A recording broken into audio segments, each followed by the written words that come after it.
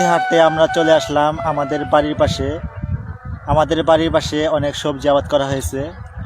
আপনারা দেখতে পাচ্ছেন এখানে আলু তোলা হচ্ছে।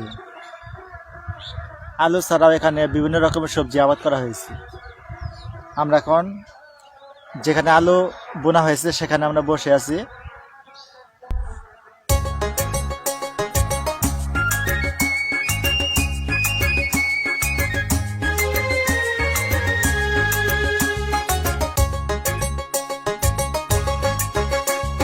মাটি সুফলা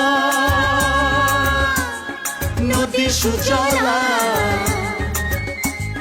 মাটি সুফলা নদী সুজলা, স্বপ্নের রঙে আঁকাই শ্যামল বাংলা। আমার শ্যামল বাংলা, শ্যামল বাংলা, আমার শ্যামল বাংলা, ওই শ্যামল বাংলা। হাট বাজারে গেলে আমরা অনেক আলু দেখতে পাই, কিন্তু সেই আলু কেমনে আবাদ করা হয় সেটা আমরা অনেকে জানি না। আর সেই আলু কিভাবে তোলা হয় সেটাও আমি জানি না। আমি ভিডিওর মাধ্যমে আপনাদেরকে দেখাতে চাচ্ছি আলু কিভাবে তোলা হয়। দেখছেন লাঙ্গলের সাহায্যে মাটিগুলো আগলা করা হচ্ছে, আর আলুগুলো নিচ থেকে মাটির বাহির থেকে মাটির নিচ থেকে উপরে উঠে আসছে। দেখেন কত আলু, সত্যি খুব সুন্দর দৃশ্য।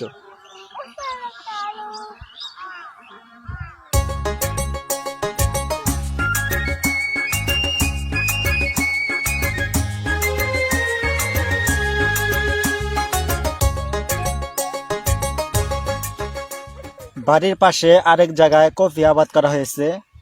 এগুলো হচ্ছে ফুলকপি, এখনো ফুল ফোটেনি। এই কপিগুলো অনেক পরে লাগানো হয়েছে। বাজারে কপি নামলেও এখনো এগুলো ফুল হয়নি।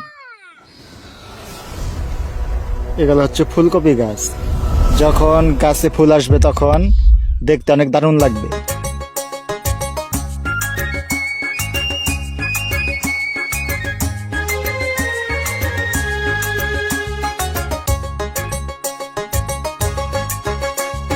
মাটি সুফলা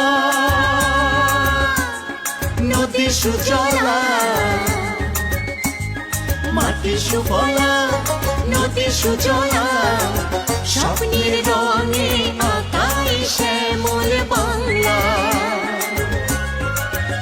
আমার কফি ক্ষেতের পাশে পালং শাক লাগানো হয়েছে। আমি এখন আপনাদেরকে পালং শাক দেখাবো। এই সাইডে পালং শাক লাগানো হয়েছে।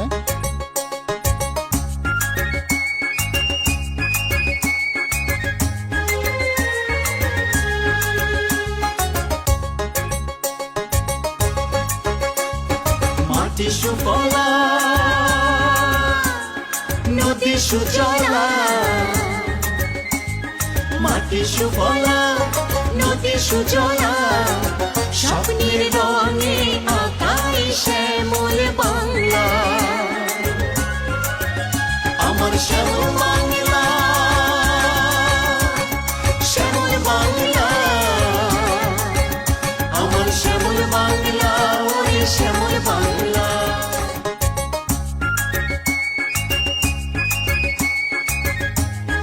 পালং শাকের এক পাশে বাঁধাকপি চাষ করা হয়েছে। মাটি সুফলা নদী সুজলা, মাটি সুফলা বাঁধাকপির পাশে নদী সুজলা, স্বপ্নের রঙে আঁকাই শ্যামল বাংলা। আমার শ্যামল বাংলা,